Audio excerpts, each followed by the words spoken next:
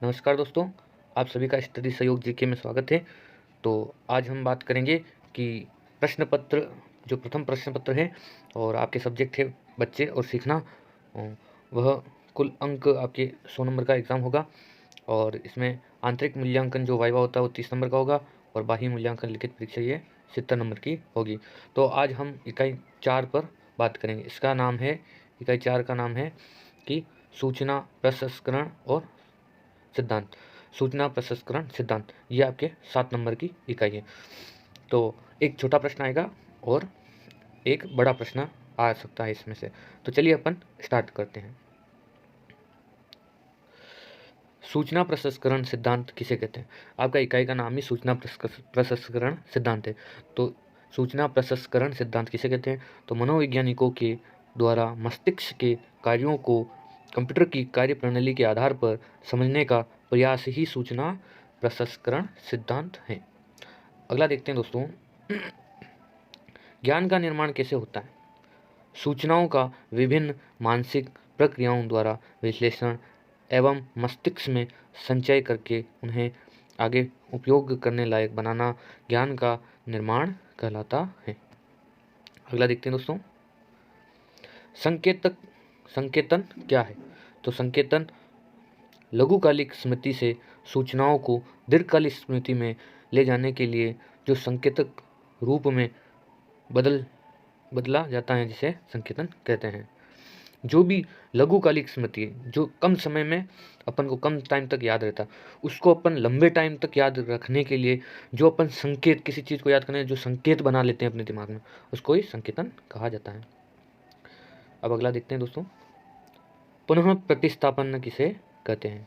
तो पुनः प्रतिस्थापन जब पुरानी स्मृति की आवश्यकता पड़ती है तो दीर्घ स्मृति उन्हें डिकोड करती है जिससे वह पहले वाले स्वरूप में आ जाती हैं। इसी को पुनः प्रतिस्थापन कहते हैं।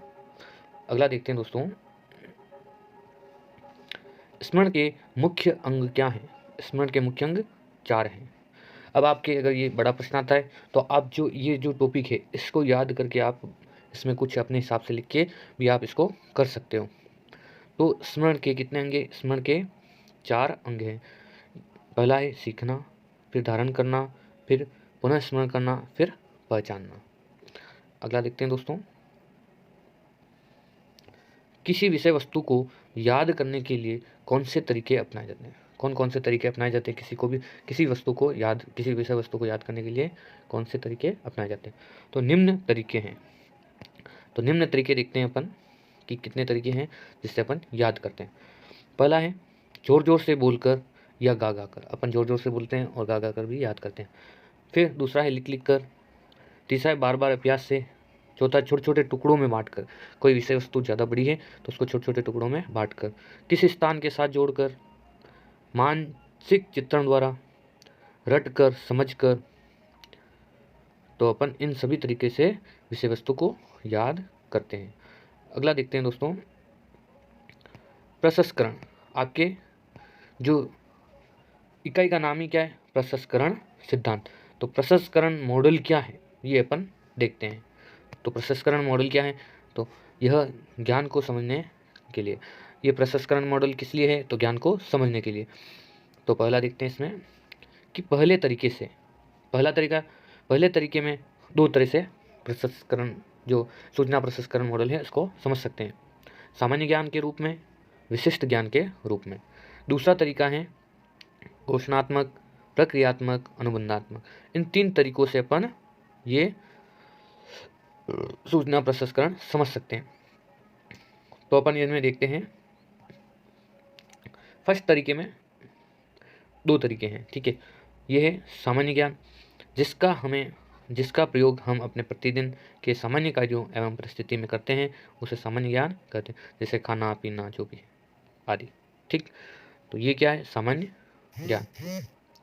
अब विशिष्ट ज्ञान क्या होता है? तो जिसका प्रयोग हम किसी विशेष प्रकरण एवं उपस्थिति में ही करते हैं उसे विशिष्ट ज्ञान कहा जाता है। जैसे गणित के सवालों को हल करना। अगला देखते हैं दोस्तों, घोषणात्मक ज्ञान। शाब्दिक जानकारी, तथ्य आदि जिसका संबंध क्या से होता है? ये घोषणात्मक ज्ञान है।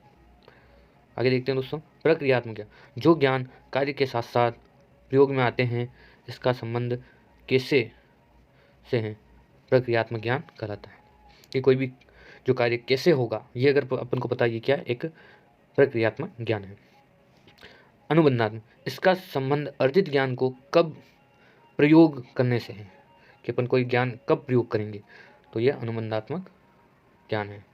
तो दोस्तों, आज हमने इकाई 4 पर शॉर्ट नोट्स पर बात की, और आशा करता हूँ कि ये शॉर्ट नोट्स से आप अच्छे नंबर लेके आओगे, और मिलते हैं अगले नए वीडियो के साथ। बहुत बहुत धन्यवाद।